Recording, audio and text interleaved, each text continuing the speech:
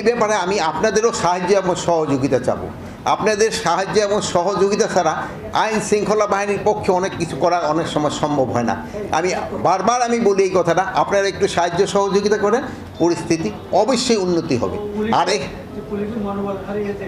এই পুলিশের মনোবল যে হারাইছে, এই মনোবল তো আস্তে আস্তে কি আগের থেকে একটু বৃদ্ধি পেয়েছে না, নাকি একটা বলেন আগের থেকে একটু ভালো হয়েছে কি না বলেন? হ্যাঁ, আমি হলো এখন হলো এইটা গ্রাফটা যদি উপর দিকে যায় ভালো, বাট গ্রাফটা যদি থেমে যায় বা নিচের দিকে নামে ওইটা হলো খারাপ। তখন তো গ্রাফটা তো আস্তে আস্তে উপর দিকে উঠছে। বারবার বলছি, যারা জয়েন করে নাই তারা আমাদের চোখে অনেক ক্রিমিনাল, তাদের আইনের আওতায় আনা হবে। যাদের পাওয়া যাচ্ছে দেখেন না, মাঝে মাঝে ধরা হচ্ছে, যারা আসতেছে না তাদের ধরা হচ্ছে। এখন এবার যদি আপনারা খোঁজ দিতে পারেন আমরা ধরে ফেলবো। একটা অনুরোধ, মিথ্যা সংবাদ দিবেন না, যেটা ঘটে নাই ওইটা বলবেন। এতে কিন্তু পার্শ্ববর্তী দেশ সুবিধা পেয়ে যায়।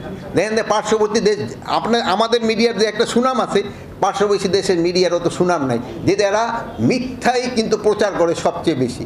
আর এই মিথ্যাটারে কিন্তু কাউন্টার করতে পারেন শুধু আপনারা। আমি বললে লোকে অত বিশ্বাস করবে না যতটা আপনি বললে বিশ্বাস করবে। আপনারা, আমি কি আপনাদের কাছে অনুরোধ করব, আপনারা এটাকে কাউন্টার করেন।